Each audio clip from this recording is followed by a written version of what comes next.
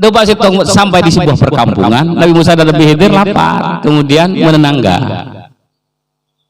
Nah, ternyata nggak ada orang yang ngasih jamuan sama sekali, nggak ada yang ngasih jamuan.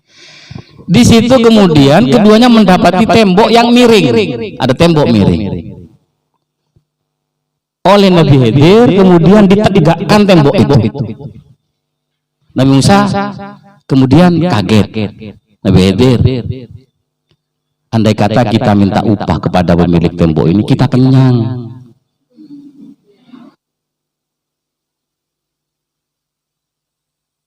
Dalam keadaan lapar, pas nolongi orang, nolongi nolongi kelakuan, sicit butuh pertolongan. Oleh Nabi Khidir kemudian ditegakkan. Nabi Musa bilang, andai kata kita ngambil upah kepada pemilik gedung ini, kita kenyang. Apa jawaban Nabi Khidir? Hadza firaqu baini wa bainik. Keun sedih cong ku ape saben.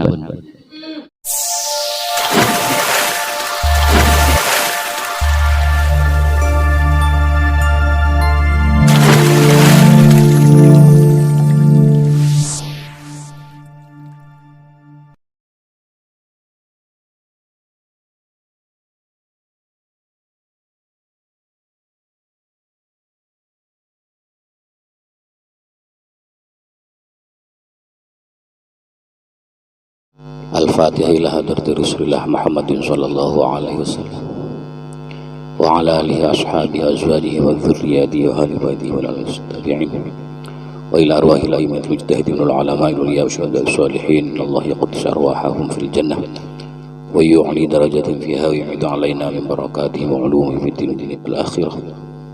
Bismillah arwah apa jadatina wa ammatina wa akhwalina wa khalatina مشايخنا ولمعلمنا بالملوك علينا ولمن انتسب إلينا ولمن أوصانا بالدعاء غفر الله ذنوبهم وسمد خلهم ونور ضريهم وجعل مأواهم شيء لله لهم الفاتحة.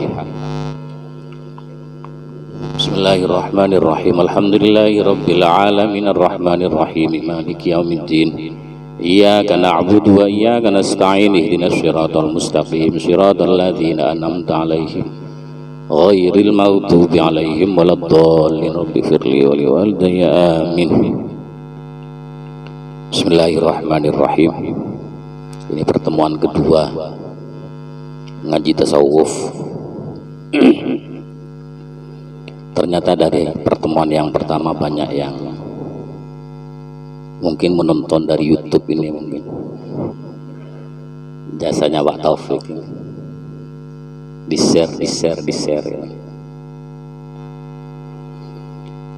Hari ini kita akan membahas tentang syariah, thariqah, hakikoh dan ma'rifah.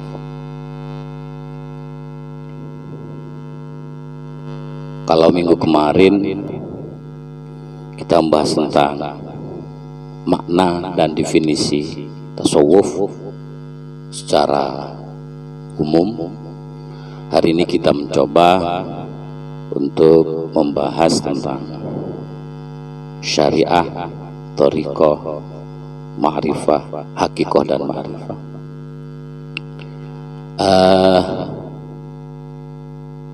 Bahwa keempat istilah ini, istilah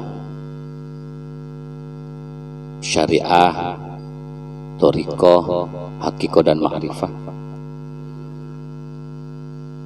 merupakan tahapan orang yang melakukan perjalanan spiritual kepada Allah. Dari syariah umpamanya, ini tentang hal-hal yang paling dasar untuk diketahui bersama sebelum menuju ke tahapan berikutnya yang lebih tinggi. Jadi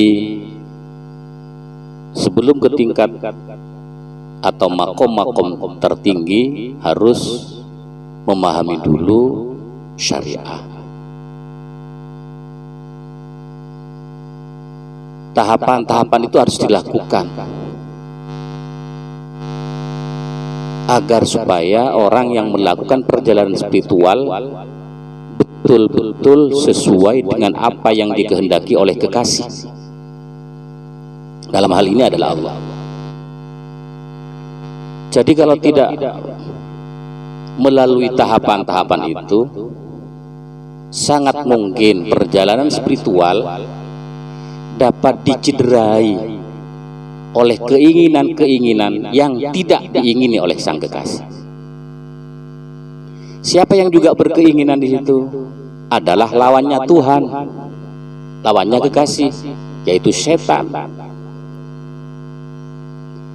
Maka kemudian setan itu berusaha agar supaya orang yang melakukan perjalanan spiritual, dalam hal ini orang yang melakukan tasawuf kepada Allah, itu supaya tergelincir,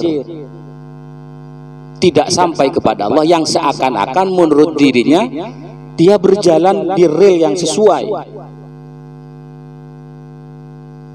Maka mirip orang yang sudah sampai pada makom-makom tertentu yang sesuai dengan kehendak Allah dengan yang diingini oleh setan. Contoh, kalau di dalam ilmu tasawuf ada yang kita kenal dengan istilah wali. Wali itu adalah kekasih Allah. Nah, cirinya apa? Orang bisa biasa sederhana. Ciri reng wali bisa nebak hal-hal si bekal terjadi yang akan datang. Itu sederhananya reng bisa. Maka juga kabur dengan orang yang bisa menebak hal-hal yang akan terjadi di masa yang akan datang. Artinya bahwa ada juga yang bukan wali bisa nebak ya. Nah itu bisa nebak. Kenapa? Karena ternyata setan cerdik, mengintip rahasia-rahasia Allah di Lauhul Mahfuz. Kemudian hasil intipan itu dibocorkan kepada orang yang dia ingini agar supaya bisa tergelincir. Siapa mereka yang punya kasyaf dalam tanda kutip, si Andi, kemampuan untuk membaca hal-hal yang akan terjadi yang akan datang di luar wali adalah dukun. Maka tegas Rasulullah sampai mengatakan orang yang mendatangi dukun kafir. Man ataha idon au kahinan faqad kafar, katanya Rasulullah. Siapa yang mendatangi istrinya dalam keadaan haid atau mendatangi dukun, dia kafir. Karena sekali lagi setan ini ingin juga menggelincirkan orang yang dia sebenarnya ingin berjalan lurus kepada Allah, tetapi digelincirkan oleh setan.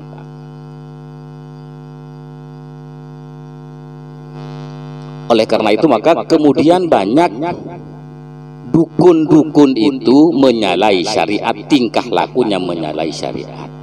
Kenapa? Karena mereka nggak menggunakan tahapan-tahapan ini. Masih belum kuat syariahnya, sudah melompat kepada tahapan-tahapan berikutnya. Maka kemudian yang terjadi apa? Ketika datang ke dukun, maka yang dianjurkan oleh dukun perbuatan-perbuatan yang menyalahi syariat. Minta tumbal, ada bisikan-bisikan agar supaya menghabisi nyawanya orang sampai sekian orang, atau sudah tidak ada syariat, tidak ada batasan hubungan laki-laki dan perempuan, itu sudah di luar syariat.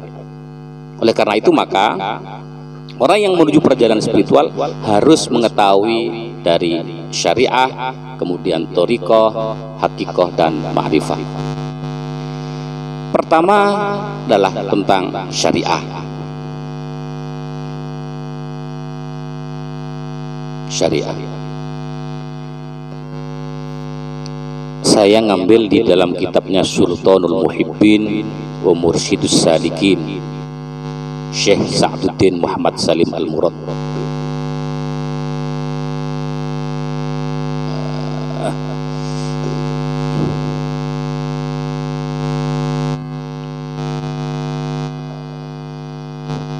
Bahasa populernya, ya Arab ini kan populer.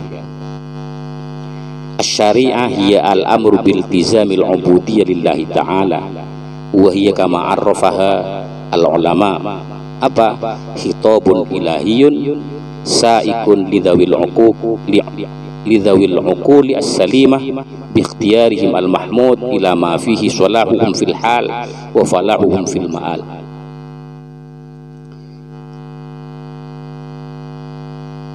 Syariat itu adalah perintah dan larangan-larangan Allah, itulah syariat.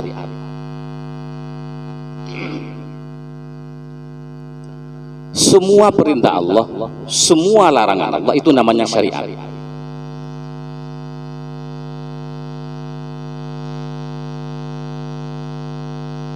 Perintah Allah itu bisa hukumnya wajib, bisa juga hukumnya sunnah.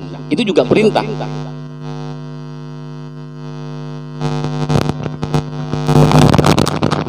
Tak nyaman. Mik ngerai.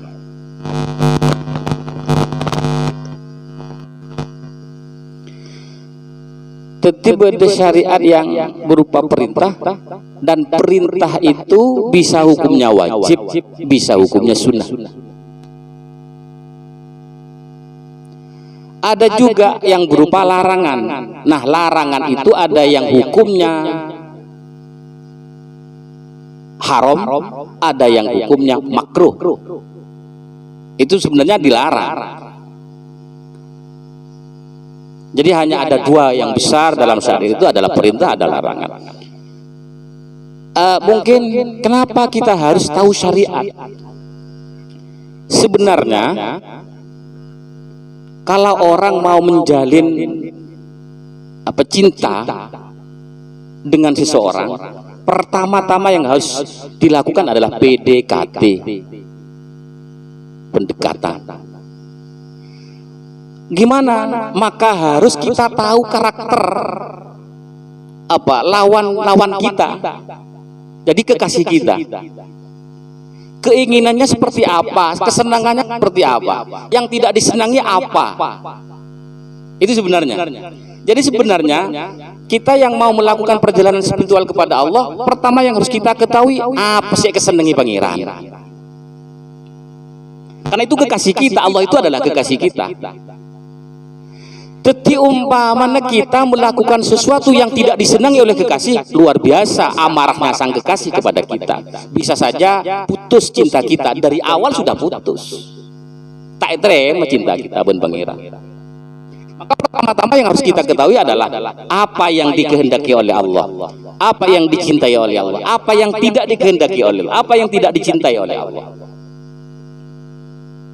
Jadi dalam rangka PDKT sebenarnya kita ini memahami syariat dalam rangka PDKT untuk melanjutkan proses cinta kita kepada Allah.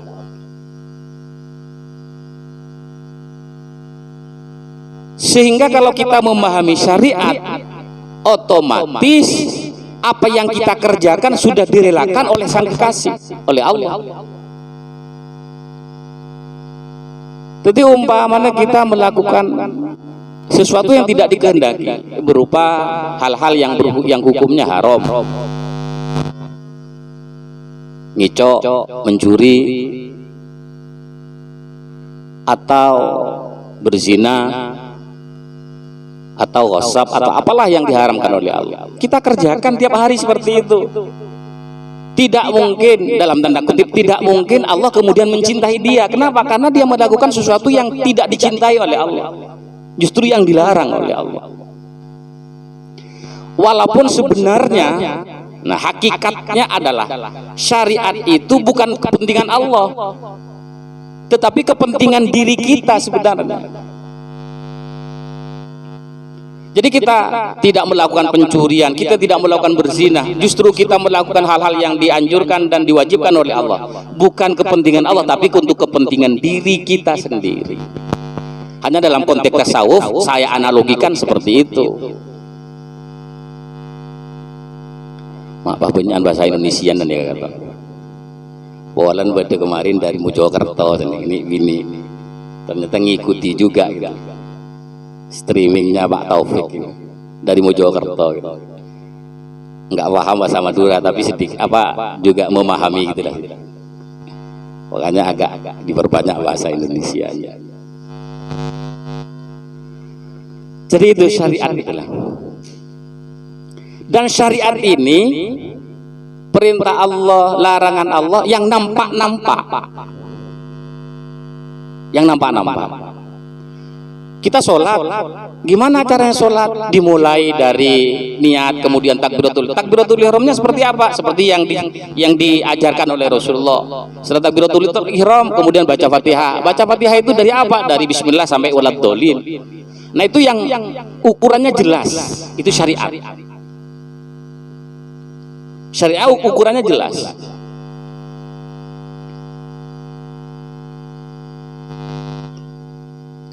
Nah, saya teringat dengan ceritanya Nabi Musa dengan Nabi Khidir. Ceritanya Nabi Musa dan Nabi Khidir, ada yang menganggap bahwa pertemuan keduanya itu adalah pertemuan ilmu syariah dan ilmu hakikoh. Tidak semata-mata Nabi Musa berguru kepada Nabi Khidir dalam konteks ilmu sosial, ilmu yang dapat diukur, tidak hanya semata-mata itu, tetapi pertemuan antara ilmu syariah yang dimiliki oleh Nabi Musa dan ilmu hakikoh yang dimiliki oleh Nabi Khidir.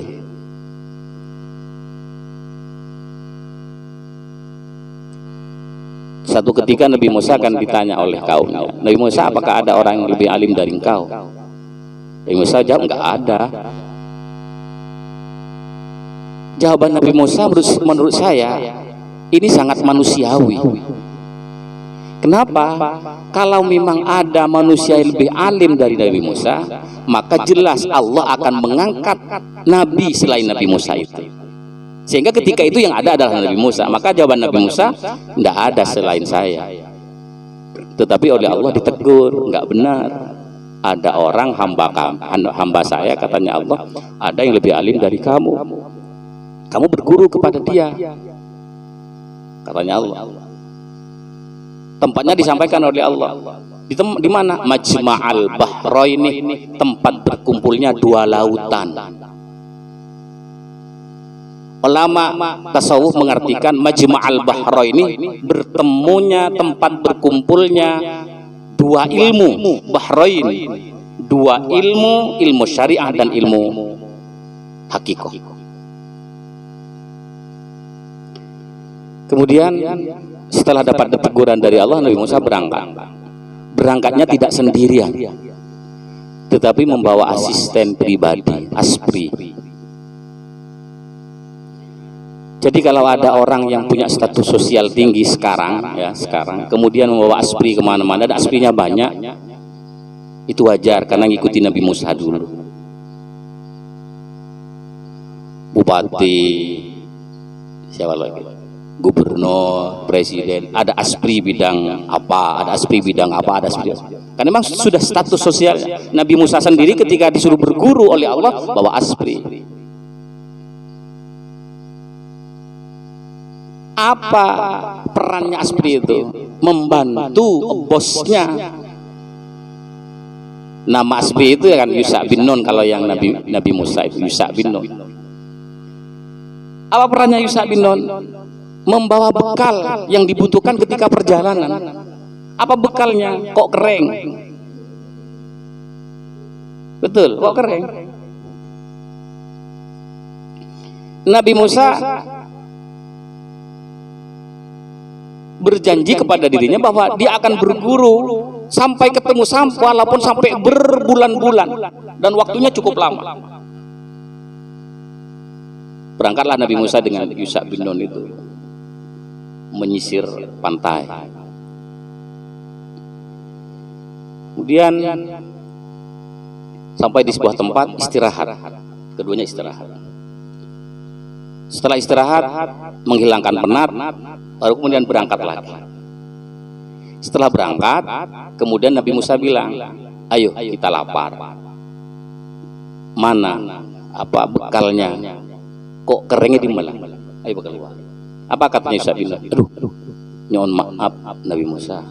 Apa? Kok kering sih gila gak? Di situ gula kelopai matur ke panjenengan. Sema kelopai kan itu setan. Gila tepaan dan gula bon panjenengan istirahat neng kenengan si gila gak disa. Ternyata cukon itu alencak. Oh dia boleh. Dia boleh. Jid ajiri iya saya sering kok jauh. Tuh Nabi Musa. Ajiri saya tatang ngerah. Kurun engkau siapa kon Allah. Iya mon odi boleh cukup jadi kanan. Ayo balik boleh abad. Jeng abali fawajada abdan min ibadina. Maka keduanya Yusuf bin Nun dan Nabi Musa bertemu dengan seorang hamba. Nah, seorang hamba itu oleh ilmu tafsir, oleh para mufassir adalah Nabi Khidir alaihissalam.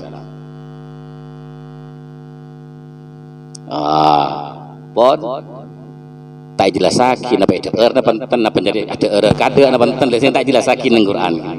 Walaupun semula motifnya kembali karena lapar gitulah. Begitu ketemu dengan Nabi Khidir, kemudian Nabi Musa bertanya kepada Nabi Khidir, apakah saya diperbolehkan untuk mengikuti kamu wahai Nabi Khidir agar engkau memberikan petunjuk hal-hal yang baik kepada saya? Pertanyaan, tetapi harapannya bisa diterima. Buat kenging ngeten gula ngereng panjenengan Nabi Khidir supaya panjenengan bisa ngaji ngeten gula hal-hal dekat sebagus. Apa jawaban Nabi Khidir? Kamu tidak akan sabar bersama saya. Apa yang saya miliki kamu nggak punya, maka kamu nggak akan sabar bersama saya.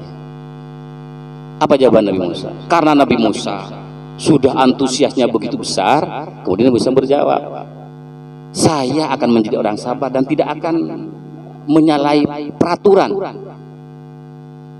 Wala a'si laka amra. Dan saya tidak akan menyalahi peraturan. Nah, kemudian setelah tahu bahwa Nabi Musa sangat ingin berguru kepada Nabi Khidir, kemudian Nabi Khidir berkata, satu, latas alni ansai jekmi ceremi. Jekmi ceremi. Jangan bertanya tentang sesuatu apapun. Nanti apa yang kamu tidak tahu akan saya sampaikan, saya akan jelaskan pada waktunya. Sudah dijangka oleh Nabi Khidir bahwa Nabi Musa tidak akan sabar memang. Ketika tidak sabar maka terlontar pertanyaan. Maka kemudian ini yang menjadi komitmen di antara berdua, latas alni ansain. Saya nggak cek mikir ini kan kok. Cek nyatanya. Deal antara Nabi Musa dan Nabi Khidir berangkat. Tidak dijelaskan di situ di malah asprinya. Nah itu asprinya nggak ikut karena sudah sampai. Nggak ikut asprinya ini. Jadi mungkin sudah pulang gitu. Kalau sudah bosnya sampai kepada tujuan yang dimaksud, ya asprinya nggak ikut gitu. Mungkin ada sesuatu yang dirahasiakan, roro aja.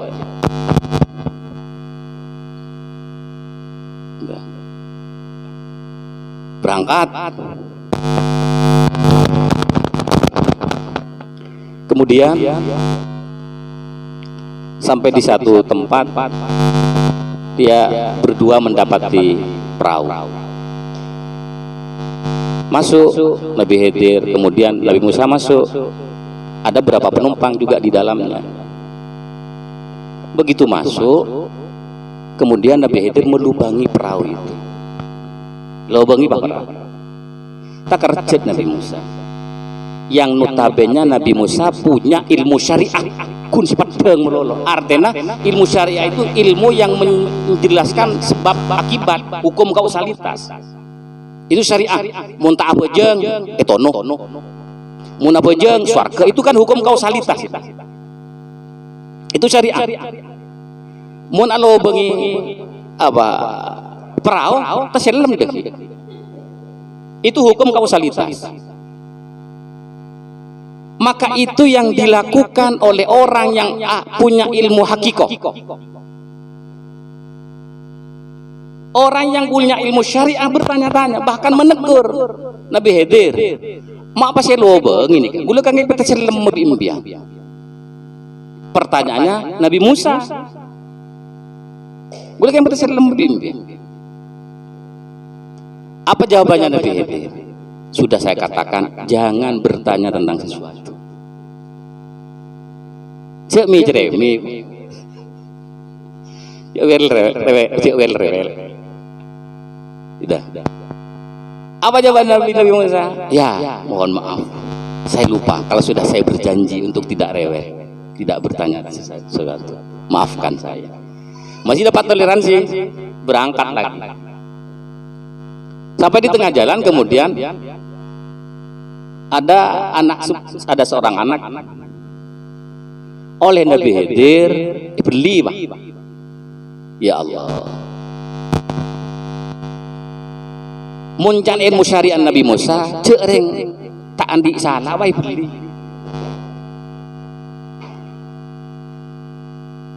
Oleh Nabi Musa tanya juga lagi. Loh, Nabi Khidir, mak beli nak kanane. Cereng tak andi tusah. Nak kanane kita andi tusah. Mak wae beli anak. Apa jawaban Nabi Khidir? Tidak menjawab pertanyaan Nabi Musa. Iya kok. Ya Nabi Khidir. Kok jet langon? Tak kira sabar ben-ben kok. Lantas tati ama iya sobro. Tak kira sabar ben-ben kok. Apa jawaban Nabi Musa? Ya, maaf Nabi Khidir, beri kesempatan sekali lagi dan goda janji tak ceremi.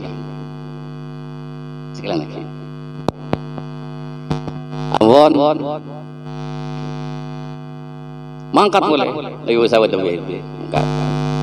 Nabi Musa dalam hati. Kok tanya apa aja kok?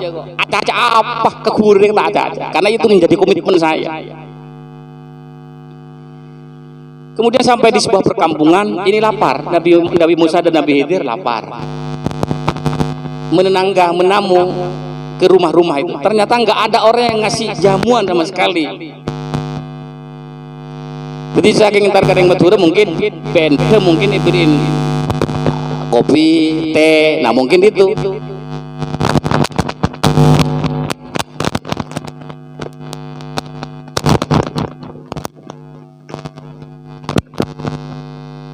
Ini saja.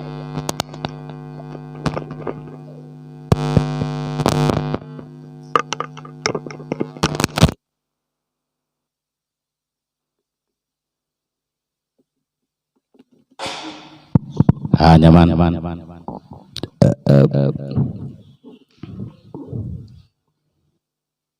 Ini keilmu Nabi Musa nih.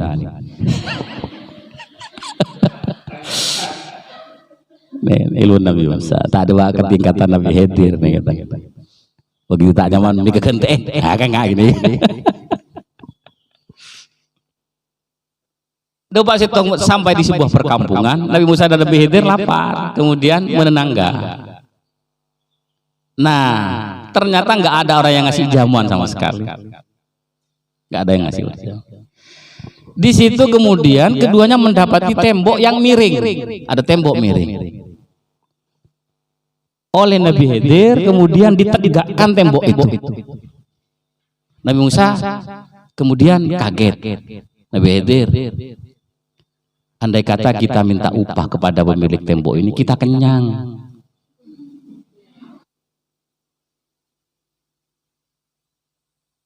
Dalam keberadaan lapar, pas nolongi orang, nolongi nolongi kelakuan, sijit butuh pertolongan. Oleh Nabi Khidir kemudian ditegakkan. Nabi Musa bilang, andai kata kita ngambil upah kepada pemilik gedung ini, kita kenyang. Apa jawaban Nabi Khidir? Hadza firaqu baini wa bainik. Keun setia cong ku ape saben. Karena 3 kali berturut-turut. Masih ada kedua kalinya masih minta untuk bisa ditolerir oleh Nabi Khidir. Baru ketiga kalinya hadza firaqu baini wa bainik di Al-Qur'an. Artinya apa? Bahwa orang yang melakukan perjalanan spiritual enggak cukup hanya membekali dirinya dengan ilmu syariah. Nah ini. Tetapi orang yang melakukan perjalanan spiritual harus memang, nah ini harus didahului dengan pengetahuan dan ilmu-ilmu tentang ilmu syariah. Cek sakengah Nabi Musa juga sudah dibekali oleh Allah tentang ilmu hakikoh, maka Nabi Musa faham apa yang dikerjakan Nabi Khidir. Paham? Sehingga tidak terlontar pertanyaan, tidak terlontar teguran. Karena ilmunya Nabi Musa hanya sebatas syariah yang memuat tentang hukum kausalitas, hukum sebab akibat. Maka Nabi Musa bertanya-tanya tentang apa yang dilakukan oleh Nabi Khidir. Tetapi Nabi Khidir komitmen. Begitu sudah menyatakan berpisah dengan Nabi Musa, Nabi Khidir menyampaikan, kenapa saya melubangi perahu, kenapa saya membunuh anak itu, kenapa saya menegakkan tembok, itu disampaikan. Artinya orang yang si ahli hakikat cucur kia. Karena memang dari awal sudah Nabi Khidir menyampaikan, nanti pada waktunya akan saya sampaikan. Apa ilmu hakikohnya Nabi Khidir? Kenapa kok dilubangi? Katanya Nabi Khidir, karena di tengah itu ada perompak, ada begal. Tetapi deki mun mangkat, benih kun perawan kita ada benda ngori nggak kemet. Ilmu yang menjangkau terhadap sesuatu yang akan terjadi di masa yang akan datang, itu ilmu hakikoh.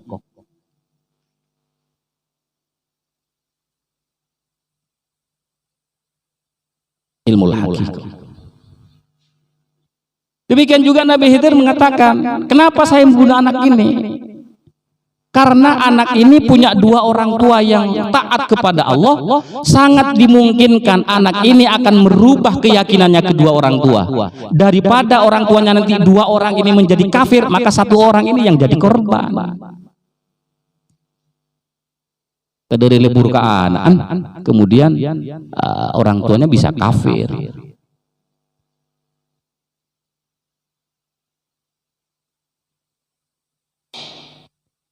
Kemudian yang terakhir, kenapa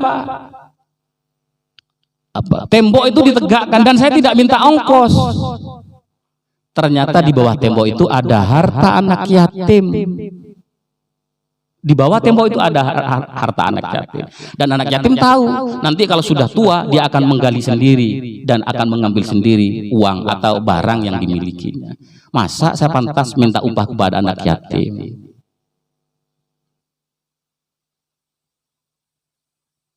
Jadi ini adalah pertemuan antara 2 ilmu syariah dan ilmu hakikoh. Maka sekali lagi, pertama-tama orang harus tahu tentang ilmu syariah. Makanya orang sekolah, orang belajar, orang ngaji dalam rangka memperbanyak ilmu syariah. Yang tertulis itu lebih banyak ilmu syariahnya. Yang tertulis lebih banyak ilmu syariah.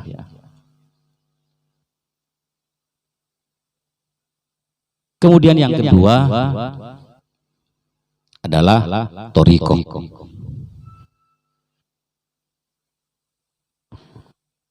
Thoriqoh as-sayratul mukhtassah bisalikina ilallahi ta'ala awil uslub al-amthal fi tatbiki amrillahi ta'ala. Thoriqoh itu ada 2 makna. Kalau dari segi bahasa, thoriqoh itu adalah jalan, anak jalan ya, anak jalan. Kalau jalan utama itu namanya syari, jalan utama. Tapi kalau anak jalan itu adalah thoriqoh.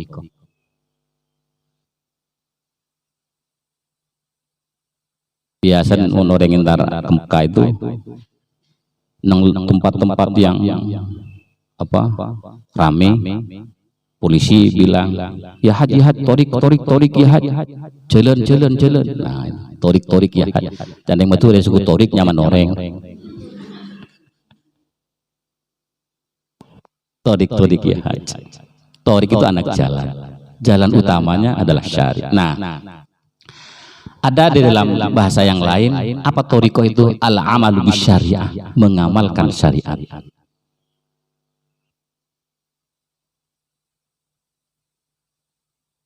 Mengamalkan syariat.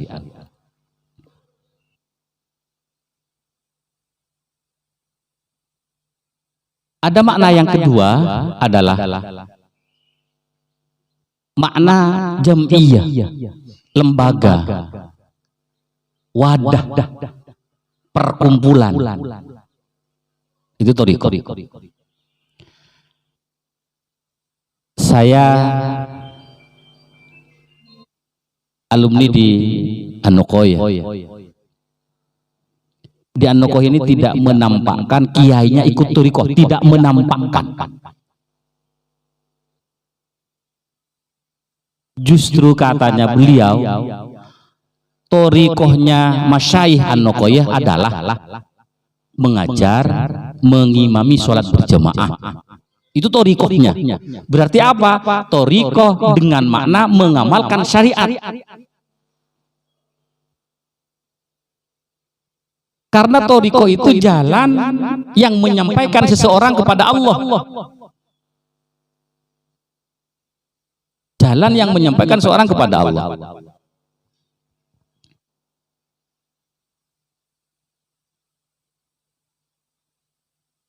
Jadi kalau orang mengamalkan syariah, yaitu adalah torikohnya. Makanya kalau Kiai An-Nukoyah nggak ada yang nganggur, ngajar, nggak ngajar formal, ngajar di dia. Kemudian yang langsung mengimami sholat berjamaah, nggak diwakilkan kepada pengurus, nggak diwakilkan kepada santri-santri senior, karena memang itu torikohnya beliau. Itu torikohnya beliau. Maka al-amalu bisyariah itu adalah toriko. Mengamalkan syariat itu adalah toriko. Tetapi juga ada yang makna khusus toriko itu adalah perkumpulan-perkumpulan.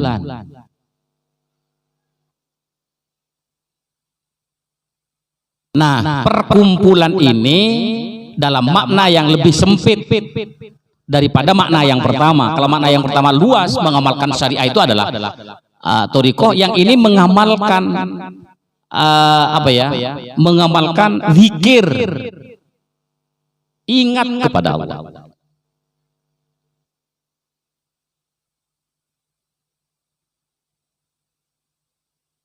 Zikir.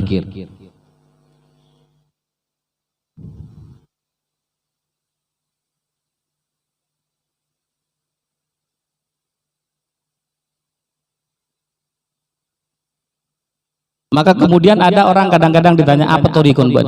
Ada kok kun ngajar. Benar.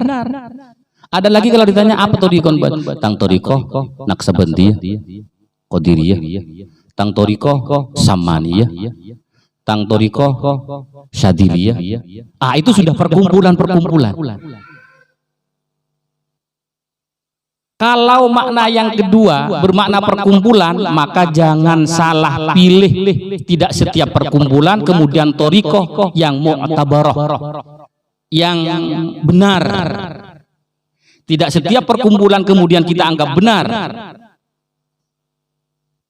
Karena ada istilah torikoh yang mu'tabarah, ada istilah torikoh ghairu mu'tabarah. Hati-hati dengan toriko yang ghairu mu'tabarah. Apa toriko ghairu mu'tabarah? Yang sanad silsilah sanadnya tidak nyambung kepada Rasulullah.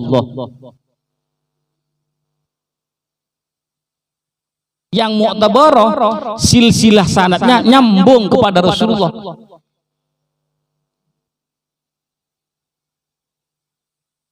Sanadnya nyambung kepada Rasulullah.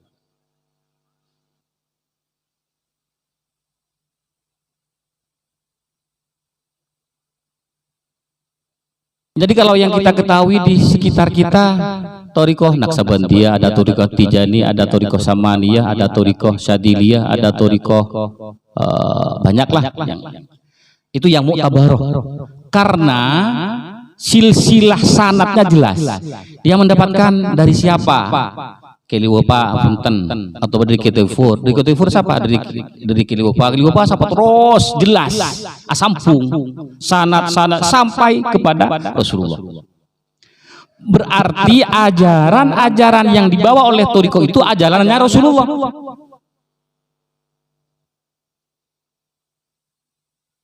Berbeda dengan Thariqah ghairu mu'tabarah yang silsilah sanadnya tidak nyambung. Bahkan kadang-kadang hanya terputus di satu orang itu. Maka bisa saja ajarannya tidak nyambung kepada Rasulullah. Bisa saja ajarannya tidak nyambung. Walaupun sama, saya ketikir pada Allah. Tetapi dari mana ini dapat ini? Saya hanya pernah mimpi. Nah, desaraki mimpi, Mas. Maka mau desaraki mimpi tak bisa. Karena Thariqah itu harus talqin memang, harus baiat. Thariqah yang mu'tabarah itu harus ketemu dengan gurunya, dengan mursyidnya harus ketemu. Tidak cukup dengan lewat mimpi. Usah bersih salaman, bersih ketuk, berdusang macam-macam. Harus memang yang mu'tabarah seperti itu. Makanya sekali lagi kita harus berhati-hati untuk memilih Thariqah. Karena ada yang mu'tabar, ada yang ghairu mu'tabar. Yang ghairu mu'tabar seperti yang saya katakan tadi, salah satu cirinya adalah sanadnya tidak bersambung kepada Rasulullah. Kadang-kadang juga ada syariahnya yang menyimpang. Ada syariahnya yang menyimpang. Salah satu contoh, ada Thariqah yang ghairu mu'tabar menyatakan tawaf tidak harus pergi ke Mekah. Tawaf di Jakarta boleh. Nah itu, tawaf di Jakarta boleh, asalkan hati tetap nyambung ke Ka'bah yang asli di Mekah. Tiba-tiba haliyar yang langgar itu, ngelilingi musolanya itu. 1 kali, 2 kali, sampai 7 kali. Nah ini nggak dibenarkan. Nah makanya Thariqah yang ghairu mu'tabar kadang-kadang didasari dengan ilmu di luar syariah. Makanya jangan kiburu, dia tawaf boleh di luar Ka'bah, padahal nggak boleh. Tawafnya harus Ka'bah yang asli. Kalau umpamanya ada orang tawaf di luar Ka'bah yang asli di Mekah, itu manasiknya namanya. Manasik haji artinya masih percobaan atau simulasi melakukan tawaf.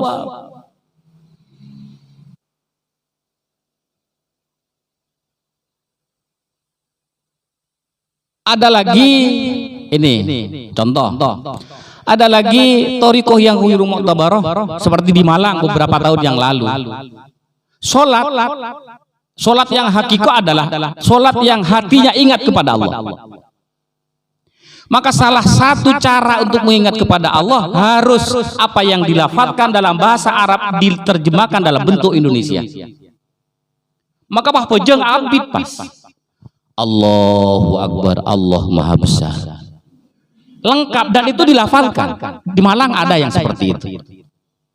Bismillahirrahmanirrahim, dengan menyebut nama Allah yang Maha Pengasih lagi Maha Penyayang. Menganggap benar ajaran seperti itu. Kenapa? Karena sholat hakikat sholat, substansi sholat adalah ingat hati yang ingat kepada hati yang nyambung kepada Allah. Maka salah satu cara untuk menyambung kepada Allah apa yang dalam bahasa Arab diterjemahkan dalam bentuk bahasa Indonesia. Dan itu diucapkan. Ini yang kemudian saya katakan menyalahi syariat, tak oleh kuncan syariat.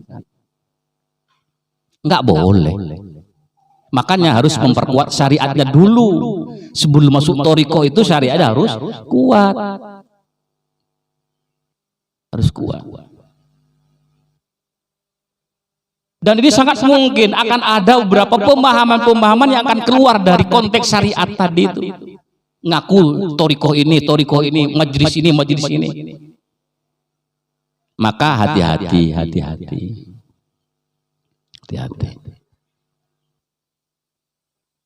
Dan thariqah yang mu'tabarah banyak sekali. Dan itu turun temurun. Dari generasi ke generasi akan ada yang melanjutkan estafet.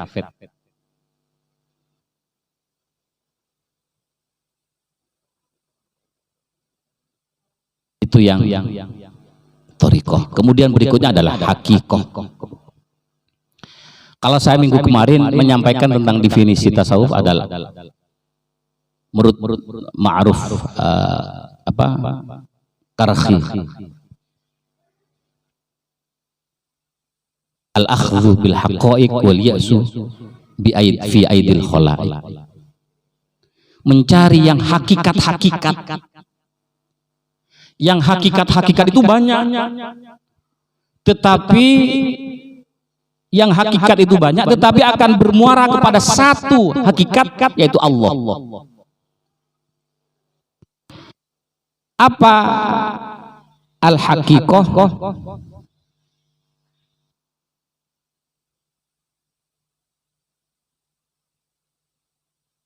Madharu iradatihi subhanahu wa ta'ala an sirri tasarrufihi fi khalqihi wa jami'i kaunihi.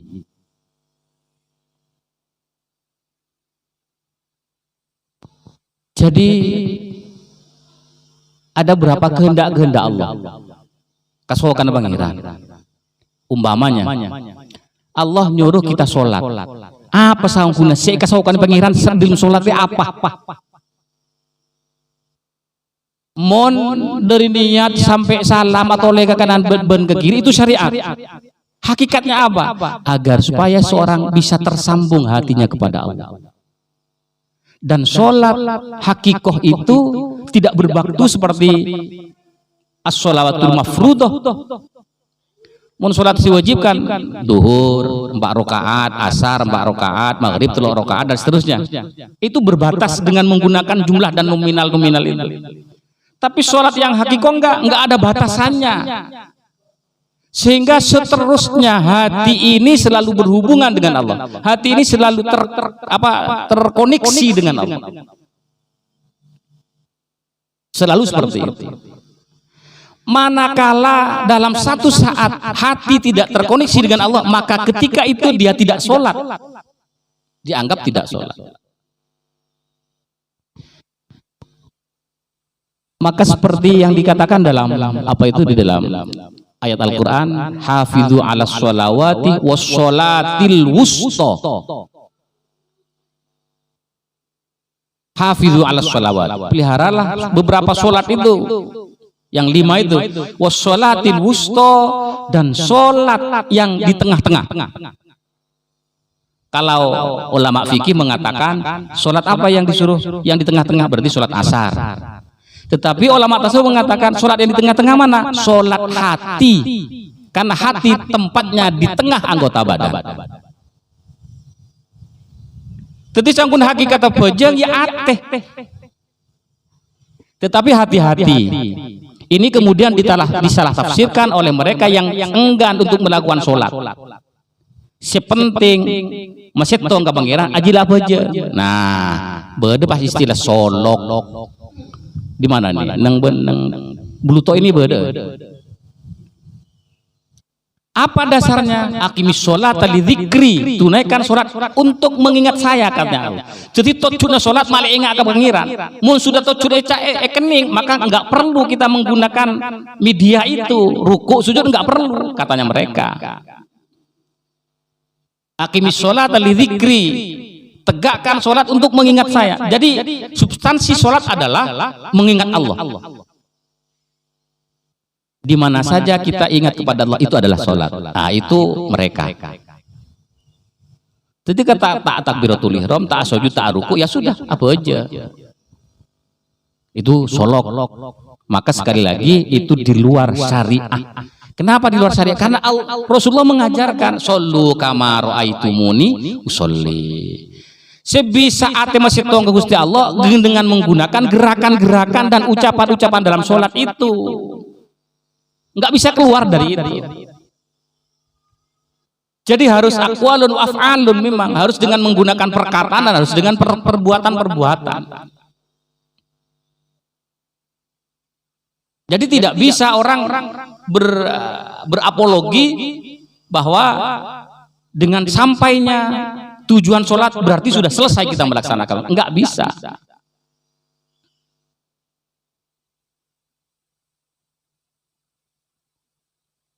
Maka kemudian dalam hal hakikat ini, itu sholat, puasa, apa sebenarnya hakikat puasa? Kalau di dalam fikih kan al-imsak anil muftirat, menahan dari sesuatu yang membatalkan. Itu kan yang syariah. Yang hakikoh gimana? Versi Nabi Khidir gimana? Itu kan Nabi Musa,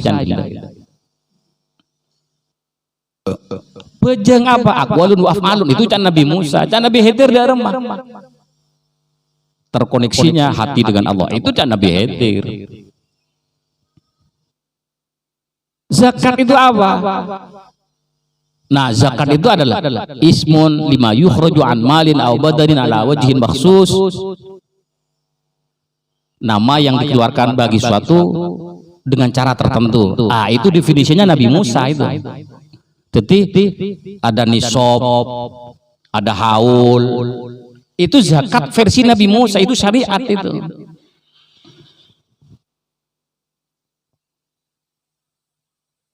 Makanya ini dalam bulan puasa ini kita kan sudah waktu jawas kita mengeluarkan zakat fitrah. Ah, ini syariat ini. Segentang keluar. Itu syariat. Tetapi yang hakikat gimana? Yang hakikat gimana? Nah, itu ada sebenarnya yang dikehendaki oleh Allah apa? Nah, itu ada. Kemudian haji, ziaratu makarin makhsus fi zamanin makhsus ala wajhin makhsus, mengunjungi tempat tertentu dengan cara tertentu pada waktu tertentu. Itu adalah definisinya Nabi Musa, syariatnya. Tetapi juga ada hakikat yang ingin dicapai apa? Semuanya hakikat yang ada itu bermuara kepada Allah Subhanahu wa ta'ala.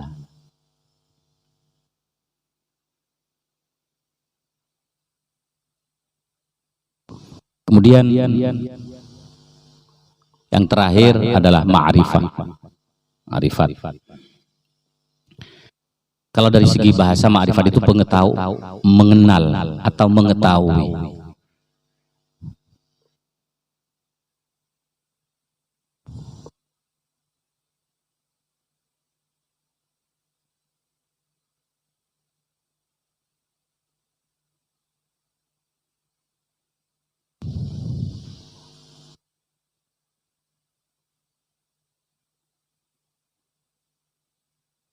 Kalau di dalam ini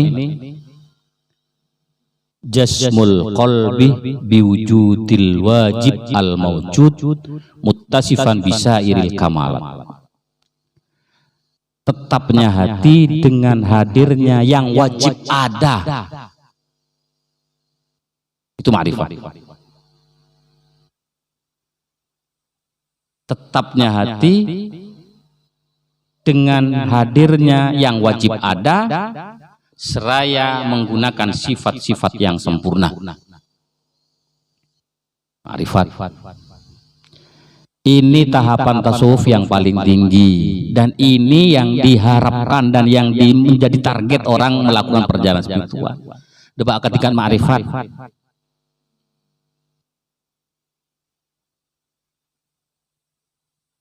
Ada orang mengatakan bahwa ma'rifat itu sama dengan sa'adah, sama dengan kebahagiaan.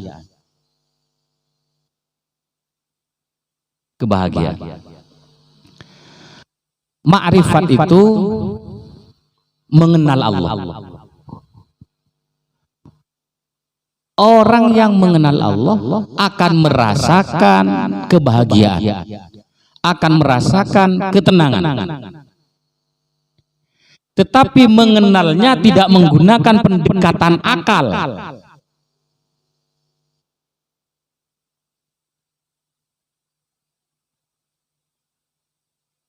Ada pengetahuan orang-orang awam, orang hafal sifat-sifat Allah yang wajib 20, yang muhal 20, yang jaiz 1 bagi para utusan, yang wajib 4, yang muhal 4, yang jaiz 1, berarti aqaidnya 50.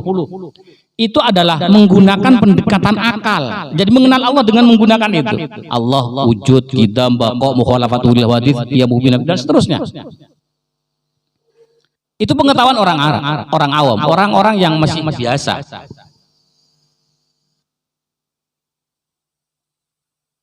Ada pengetahuan yang menggunakan akal logika, lebih tinggi lagi, filsafat.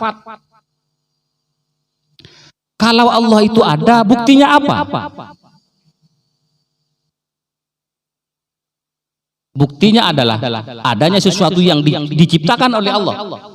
Karena nggak mungkin sesuatu yang diciptakan nggak mungkin ada tanpa ada yang mengadakan. Itu menggunakan logika atau filsafat. Itu lebih tinggi. Itu masih bertumpu pada kemampuan akal dan logika. Tetapi ada juga mengenal Allah dengan menggunakan pendekatan hati nurani. Nah, mengenal Allah menggunakan pendekatan hati nurani ini yang disebut dengan ma'rifah.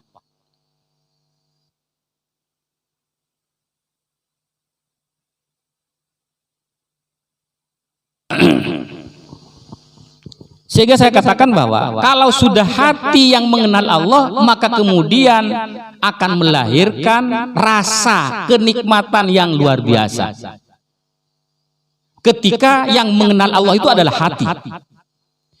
Mungkin pikiran kalau hanya berdasarkan pikiran yang mengenal Allah, maka masih belum menikmati apa-apa. Enggak ada amrun dzauqiyun. Belum ada sesuatu yang bisa dicicipi dan dinikmati, belum ada. Tapi kalau sudah hati yang mengenal Allah, maka akan ada rasa-rasa kebahagiaan, rasa-rasa kenikmatan. Ini yang kemudian orang ketika sudah lebur dalam kenikmatan dan kebahagiaan dan kesenangan, maka kemudian dia merasa tidak ada dirinya adalah sebagai sesuatu yang maujud.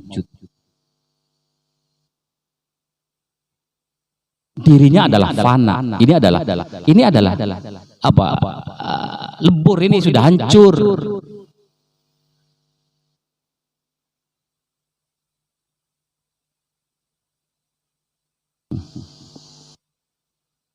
Nah, biasanya kemudian juga orang yang mengenal Allah menggunakan hati nurani adalah akan melahirkan rasa mahabbah, rasa cinta kepada Allah, perasaan cinta. Walaupun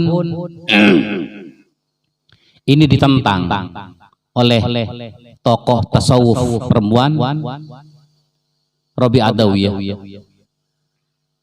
Lebih dulu mana antara mahabbah dengan ma'rifah? Kalau Robi Adawi mengatakan lebih dulu mahabbah, cinta dulu baru kemudian kenal Allah. Jadi kita memulai dengan cara bagaimana kita mencintai Allah dari syariatnya itu.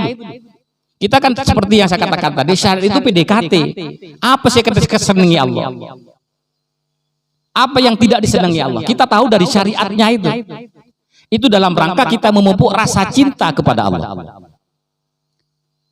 Begitu sudah kita mengenal Allah beneran menggunakan hati nurani, nah kemudian baru itu akan muncul rasa mahabbah. Mahabbah yang asli. Mahabbah puncaknya mahabbah. Puncaknya rasa cinta. Ketika sudah, tetapi ini yang menurut Robi'ah, jadi mahabbah dulu baru kemudian ma'rifah. Kemudian kalau Imam Ghazali mengatakan terbalik, ma'rifah dulu baru kemudian mahabbah. Yang Imam Ghazali. Jadi kita mengenal Allah dulu baru kemudian akan terlahir perasaan cinta kepada Allah. Sehingga ayat Al-Quran yang menjelaskan tentang wa ma khalaqtul jinna wal insa illa liya'budun. Tidak saya ciptakan jin dan manusia hanya untuk menyembah kepada Allah. Itu menurut ahli tasawuf, liya'budun itu liya'rifuni, untuk mengenal saya katanya. Jadi Allah menciptakan manusia untuk kenal kepada Allah. Untuk kenal kepada Allah. Liya'rifuni, untuk kenal kepada Allah.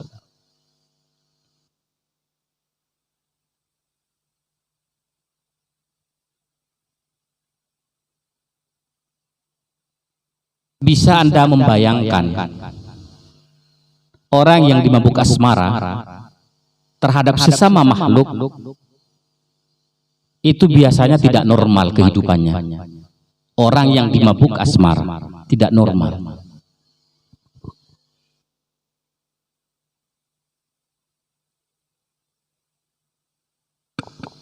Yang ada hanya dia saja.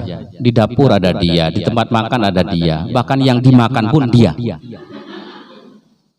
Tidak normal. Bau kentut orang yang normal mesti busuk. Tetapi karena berdasarkan cinta, kentutnya kekasih itu harum. Tidak normal. Nggak normal. Orang yang dimabuk asmara. Demikian juga orang yang dimabuk asmara kepada Allah, ini tidak normal dalam tanda kutip.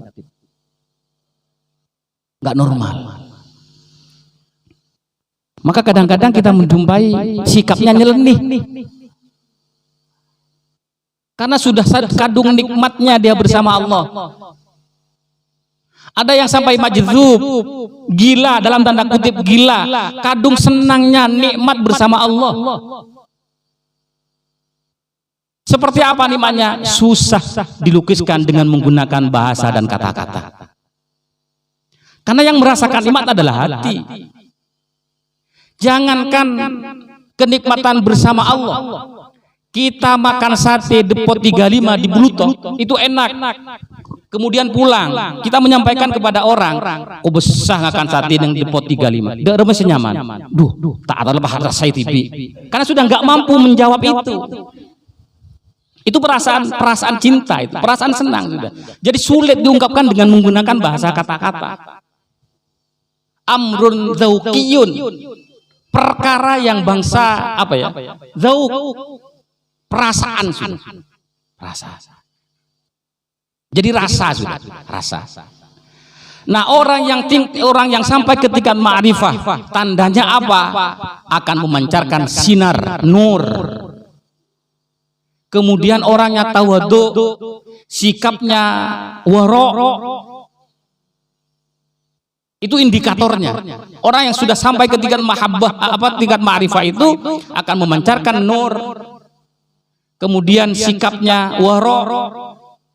Wara' itu menjauhi perkara yang syubhat, nggak jelas halal haramnya, apalagi yang haram itulah. Tidak jelas halal dan haram itu kemudian dijauh. Tawadhu, adab asor.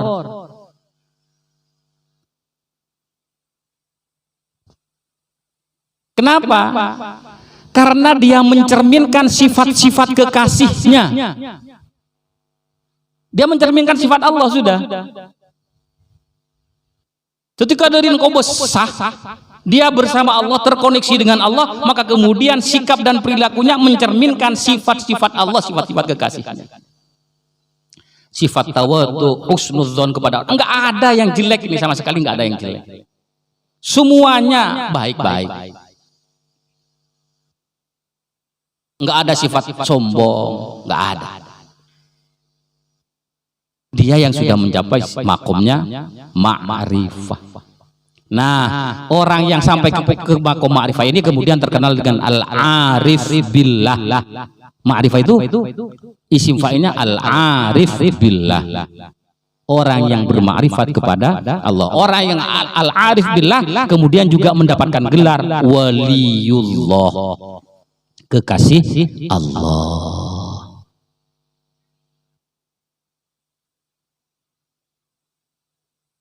kekasih Allah.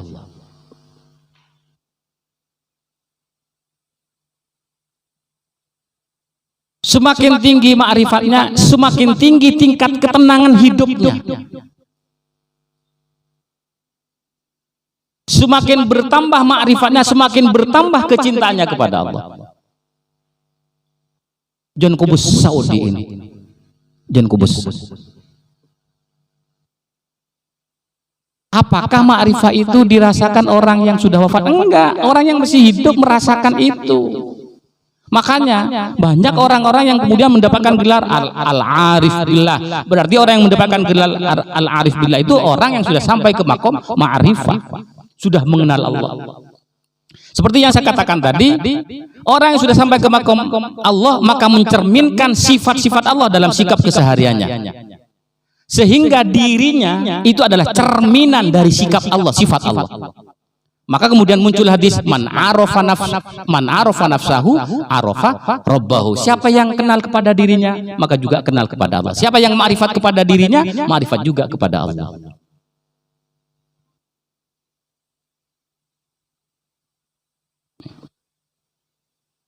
Ini target utamanya orang yang melakukan perjalanan spiritual ya, sampai ma'rifah. Enggak hanya sampai di thariqah, enggak sampai di syariah, enggak sampai di hakikat, tetapi ma'rifah ini. Jadi temu kubesan ku pas kubesan. Apa jeng itu tak kerasa tak abid. Beri nyari imam tarawih cepet. Kenapa? Karena ketika sholat dia adalah curhat kepada Allah. Maka berlama-lama dengan kekasih semakin asik. Tidak ingin segera berpisah dengan kekasih. Maka nyari imam sebisa mahatam Quran depan tarawih.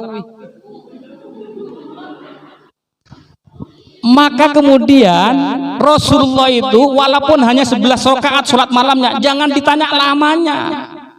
Cek tanya aki abid, artinya pakun abid karena cek besar. Sehingga apa tandanya? Bahwa Rasulullah ketika sholat sampai bengkak kaki dan betisnya. Kadadin ko besar kadin abid, din kita tak bertenggan. Arab jadi ngelak 2,5 gun. Allah yang sudah merasakan ma'rifat kepada Allah tiap malam itu dinikmati oleh Rasulullah. Maka sholatnya jangan ditanya baiknya seperti apa, lamanya jangan ditanya, sudah pasti baik, sudah pasti lama. Dan Rasulullah pun 11 rakaat itu nggak lama-lama. Padahal mungkin kita 11 rakaat itu seperempat mari. Dan Rasulullah berjam-jam. Kenapa? Karena dia asyik dengan kekasihnya. Dia menikmati apa? Menikmati suasana antara kekasih dengan kekasihnya. Tuh, dia mau kubusana tebangki bon Gusti Allah. Nah itu. Tetapi yang bertemu dengan Allah adalah hati, bukan mata kepala, tetapi mata hati.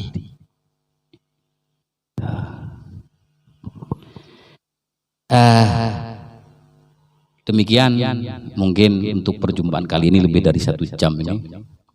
Mudah-mudahan ada manfaatnya dan mudah-mudahan kita akan selalu mendapatkan rahmat dari Allah, mendapatkan hidayah dari Allah, dan mudah-mudahan mendapatkan barokah dari Allah. Enggak hanya sampai di tingkat syariah, thariqah dan hakikat, tapi sampai ke tingkat ma'rifah. Amin Allahumma amin. Al-Fatihah. A'udzubillahi minasyaitonirrajim. Bismillahirrahmanirrahim. Alhamdulillahirabbil alamin. Ar-Rahmanir-Rahim. Maliki yaumiddin. Iyyaka na'budu wa iyyaka nasta'in. Ihdinas siratal mustaqim. Siratal ladzina an'amta 'alaihim ghairil maghdubi 'alaihim waladdallin. Rabbighfir li. Assalamualaikum warahmatullahi wabarakatuh.